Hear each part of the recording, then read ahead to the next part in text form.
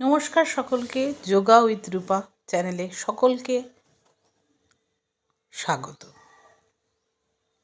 যোগা কিন্তু দীর্ঘকাল অভ্যাসের ফলেই হয়ে থাকে। এটা একটা জীবনশৈলী, দিনচারিতা। সারা দিনই আমরা কোনো না কোনোভাবে যোগ করে থাকি।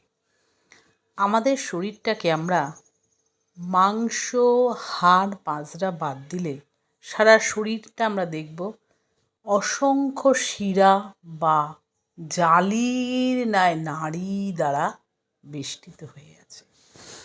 এই নাড়িগুলোই কিন্তু আমাদের সমস্ত রোগের উদ্ভব করে। মন যখন ভীত হয়, সেই মনের থেকেই কিন্তু আমাদের রোগের সৃষ্টি। আর্থারাইটিস কিন্তু প্রকৃতভাবে হয় কোনো অপরাধ বোধ থেকে, বা ডায়াবেটিস হতে পারে কোনো ক্ষেত্রে। আপনার যদি মনে হয় যে আপনার ভালোবাসার খামতি আছে, কেউ হয়তো আপনাকে কম ভালোবাসে, সেক্ষেত্রে কিন্তু ডায়াবেটিস হওয়ার সম্ভাবনা প্রবল।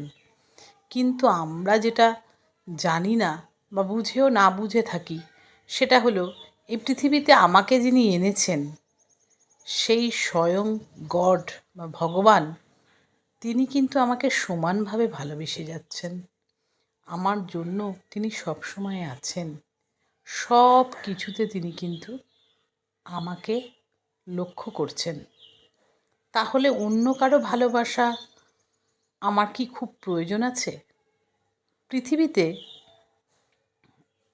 আরও অনেক জিনিস আছে, যে জিনিসগুলোর জন্যই আমরা বাহ্যিকভাবে দুর্বল হয়ে পড়ি এবং আমাদের অবচেতন মনে রোগ বাসা বাঁধে।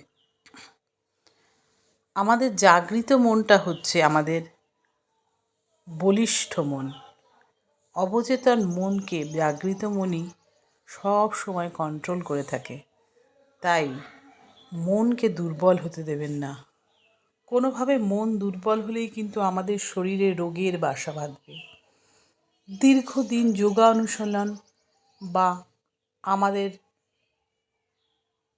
গ্রন্থিগুলো উদ্দীপ্ত করার জন্যই কিন্তু আমরা মনের স্ট্রেংথ ফিরে পেতে পারি। যোগা অনুশীলন করতে হয়, মন দিয়ে করতে হয়। যোগায় 1 মিনিট আপনি অন্যমনস্ক হলে কিন্তু আপনি যোগায় হয় আপনার খেজ লেগে যাবে বা প্রপারভাবে আসনটি করতে পারবেন না। সব সময়ের জন্য মনোযোগ খুব প্রয়োজন। তাই যোগা করুন এবং সুস্থ রাখুন নিজেকে।